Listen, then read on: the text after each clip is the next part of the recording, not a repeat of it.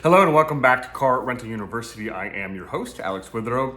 Today we are going to get into a very interesting topic, how to properly vet hire car drivers. Trust me, you are not going to want to miss any of this video whatsoever. This is normally premium content. Before I get into that, click below, grab the 5 things you must do before starting a car rental business. That also comes with the CarShare Growth Guide, which gives you a city by city, zip code by zip code breakdown of which CarShare platform is strongest in your area. Lots of great information in there. So let's get into this. So we're going to talk today, this is going to be a pretty long video, I would guess, about how to properly vet drivers from HyreCar. Now, if you are using HyreCar and you want to put a driver on your car and keep it on the HyreCar platform, that's fine. You need to vet the driver. If you want to use HyreCar to find a driver to put on a private rental agreement, that's also fine, but you need to vet the driver. Either way, you're going to need to vet drivers from HyreCar, and this is a very important skill if you're going to work with HyreCar or private rental agreements. I have mastered this process over many years of talking to drivers. I know exactly what to ask, and I know exactly the red flags. And for the record, for all of you single guys out there, what I'm about to tell you, these are also great rules to apply to your dates as well. So that said, all right, so you're on HyreCar. You put a couple listings up, right? And you get people messaging you back and say, hey, I want to rent your car, I want to rent your car, I want to rent your car. All right, great. First thing you have to ask them is, how long are you planning to rent this car? Because if they say 3 days, that's stupid. We don't want to deal with people who are renting cars for 3 days. We want to deal with people who are renting cars for 4, 5, 6 months or more, because we want long-term renters, because long-term renters means less work for you, and that's a good thing. If it's a private rental agreement, ideally you want somebody on that car for a year and a half, and maybe transition them to a rent-to-own type situation, so you don't have to deal with that ever again.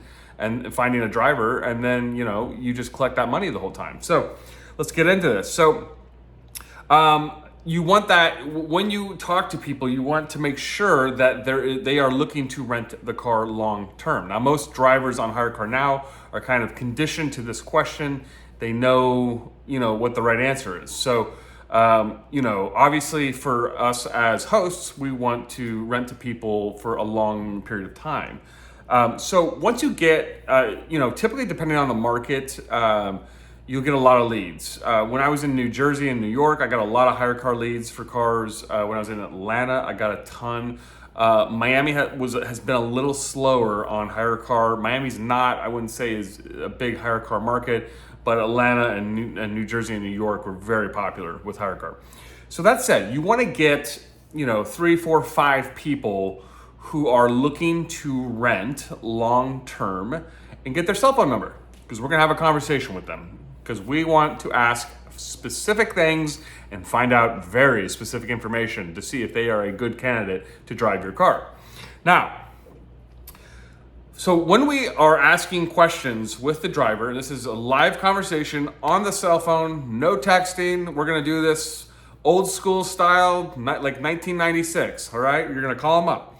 And, we're going to ask, we're trying to figure out, can they afford this rental and the deposit? So first of all, you always want to collect a deposit. I would say at least $400 up front, maybe $500 in case they miss a rental week or in case there is damage or whatever. You always want to take a deposit, very important. And secondly, we want to find out, does this person have the integrity to honor the agreement, and are they accountable to this agreement? Unfortunately, a lot of people out there these days are not. And when you're dealing with HyreCar drivers, you are walking a tightrope. And I would say a lot of them have bad intentions for your car. I would guess 25 to 30% of HyreCar leads have bad intentions for your car. So you have to have this in the back of your mind. I could be talking to a criminal, but I will tell you, criminals are dumb. So I will tell you how they give themselves away, all right? So when you call them up, first question you ask them, hey, Johnny, how you doing? Do you have a few minutes? Yeah, cool. All right, well, I saw you're interested in my car. You said you wanted to drive for 4 to 5 months at least and rent it. That's great. We love that. That's great. That's what I'm looking for. So let me ask you, Johnny, how long or how many hours a week are you planning to drive on Uber? Just leave and don't just leave it open-ended. How much are you planning to drive on Uber? This matters a lot because we need somebody who's going to drive a lot so that they can afford this rental, because you are going to be, if you're doing a private rental agreement, you're going to be charging anywhere from $400 to $500 a week. If they are renting it just through HyreCar, they're going to be paying easily $500 a week after fees and insurance. So my general rule is if they are not driving 35 hours or more a week, you do not want them. That's what I would say. It economically just doesn't make sense. So if they're making 20 to 25 bucks an hour on Uber and they're driving 35 hours a week, you can do the math, and you're charging $400 a week, let's say, or $450, whatever. There has to be money left over for them, right? So now obviously you're covering the repairs, you're covering, kind of the maintenance costs. They obviously cover gas, or if it's an electric car, they cover the chargings. But ultimately, you want to make sure they're driving at least 35 hours a week. 40 to 45 to 50 is ideal. Because at that level, then that okay, they're going to be driving a lot, and they're, also going to be on the road a lot. Now, if you have an electric vehicle, the mileage, I would say, is not as crucial. If you have a gas vehicle, you want to make sure, that this is kind of a fine balance, because on one hand, you want them driving enough so that they are, getting out there, making a lot of money so that they can afford the rental. Conversely, you don't want them driving 10,000 miles a month on a gas vehicle. That's too much mileage on the car, and you're losing money in that scenario. So usually you can ask not only how many hours, but what kind of mileage do you put on the car each month. Every Uber driver knows this.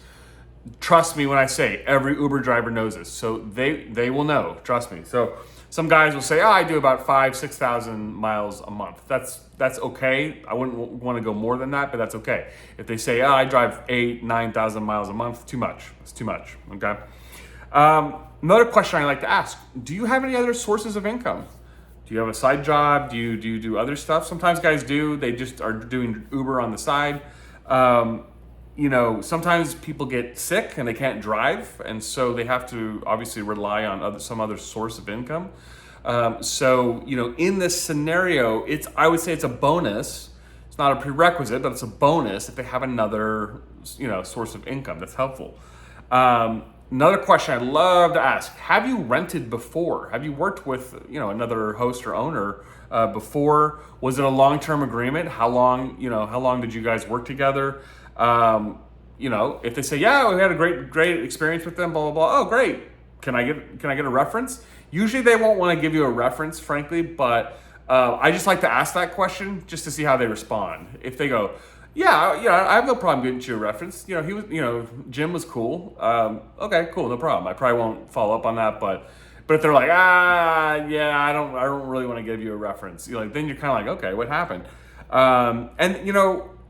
Always ask, why did you stop renting that car? Well, Jim, was a jerk, and he wouldn't complete the repairs he said he would complete, and then the car just wouldn't run well. That's a legitimate complaint. That happens sometimes with hosts. Some hosts are bad hosts, and the renter doesn't like that. So if he is someone who is taking seriously this agreement and wants, the host to follow through on repairs and whatnot, that's a good sign. This is someone who's accountable. This is someone who wants to, have a good relationship, a good agreement, and really wants to drive, right? That's important. But if you can get the story on past rental relationships, get the details. We always want details. Get as much information as you can. That is very helpful to paint the clear and full picture of what's going on with this driver. Another question I love to ask, do you have a family? Do you have kids? Because if they have a family and they have kids, that is someone they need to provide for. They need to pay bills for these people. And children are fantastic motivators to pay bills and therefore drive Uber. We love that. And so, and this is another point I want to make. Maturity goes a long way in these agreements. So I have a very hard rule of no drivers under the age of 35, period. Also, from an insurance standpoint, they're a nightmare. If you're trying to insure a 23-year-old on a Tesla, good luck. It's going to be a crazy expensive policy. So I really don't like to work with anyone under 35. I think a lot of hosts out there would agree with me on that. That is a very common comment I've heard from a variety of people who have worked with HyreCar over the years. Also, another question I'd love to ask is, what are you involved in outside of work? What do you do? Like, do you play sports? Do you play in a community league? Do you do community service? Do you go to church? Whatever people tell you they do, whatever they're involved in outside of work, that reveals who they are, their values, all sorts of different things that they're involved in. If you're seeing that they are involved in positive things in the community, I think that's all, those are all green flags. That's a good sign. Another thing, and this is obvious, get an abstract of their driving record. Nowadays, it's very easy to get abstracts of your driving record. Most states have like the DMV on the app. You can pull up your driving record from the app. You can send a screenshot. It's very easy to get driving records. So if they say, oh, it's so hard to get a driving record, BS. Do not believe that. It is not hard to get a driving record. Or you could just do it the old-fashioned way and walk into the DMV and get an abstract of your driving record. It's not that hard. But usually most DMVs have an online portal now where you can get, an online abstract of your driving record. Not hard. Also, one last thing. This is very important and a little known trick. Usually you have access to a Getaround or a HyreCar account manager. Usually they reach out to you at some point. Just go into your email, dig up the last guy that emailed you, because there's a lot of them, and they cycle through them. But dig up the last guy and ask him, hey, Caesar, can I, get the lowdown on this renter? Has he worked with HyreCar before? If so, have there been any issues with payment, with crashes, whatever? They will tell you. So that's also a great resource. You want to definitely use, the HyreCar account managers. They will tell you if a renter has had an issue, a negative, experience before with other hosts. Very helpful. So that's the initial conversation.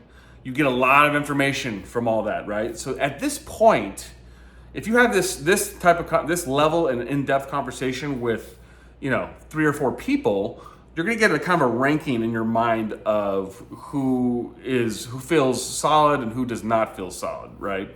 And then what I'd like to do after this, whoever I like from the initial conversations, I like to meet up with them. I say, hey, let's meet up for maybe a coffee in the next few days. I want to go over the contract with you and just walk you through it, go point by point with you, so you feel comfortable with the contract, I feel comfortable with the contract. No, there's no surprises. Everyone, this is all above board, and you can see, what's going on with. This would be in the situation of a private rental agreement. So when you meet up with them, then you can really get a vibe check with them and how how it feels to interact with them in person, and you can feel comfortable or not. Now, big question: do they show up to this on time? Do they take this meeting seriously? These are all important things. Now, I'm going to tell you something. I'm going to sum up this whole process in 3 words. Are you ready? Believe the preview. Always believe the preview. If they give you any behavior or indication that they are flaky, that they are not trustworthy, that they are shady, whatever happens, if there's any indication whatsoever up front that they are not solid, that there's something kind of weird going on here, just move on. Just move on. This has to feel very comfortable, okay? Follow your gut feeling always. Always follow your gut feeling. And another thing, criminals like to move quickly. Criminals always like to move quickly. They'll call you up. Hey, I need the car now. I need the car now. Bring it over. Let's go. Let's do this. Approve the thing. Go. Anytime you're being rushed, that's a red flag. Being rushed is a red flag. Slow and steady. You control the pace. that's how you find people who are solid. If they are trying to control the process and they're trying to push you along, that's a criminal. So you do not want to obviously deal with that. But think of this essentially as you are making a hire for your business and you're having to work with somebody for a long period of time that's going to have to pay you $400 to $450 to $500 per week. So this is a very important decision. You want to make sure they're a good driver and you want to make sure they honor this agreement and take it seriously. So overall, that is really kind of my whole process boiled down into 15 minutes. And so this is a really important thing to master if you're going to work with HyreCar and if you're going to work with private rental agreements. Super, super important. Drop your comments below. I know you guys are going to have questions, and I will catch you in the next episode. Thank you so much.